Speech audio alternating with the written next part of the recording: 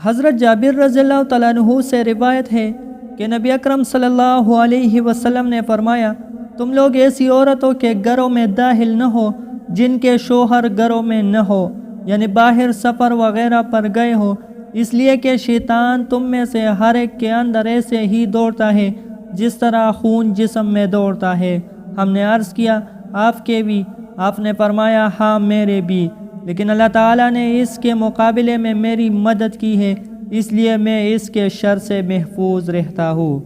تشریح: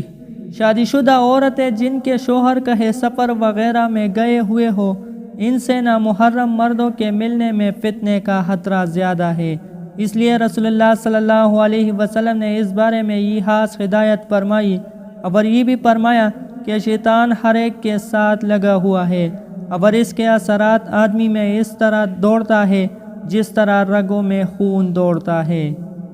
پیارے دوستو، اللہ تعالی ہم سب کو ان حدیث مبارکہ پر عمل کرنے اور اپنی زندگیوں کو سنوارنے کی توفیق دے۔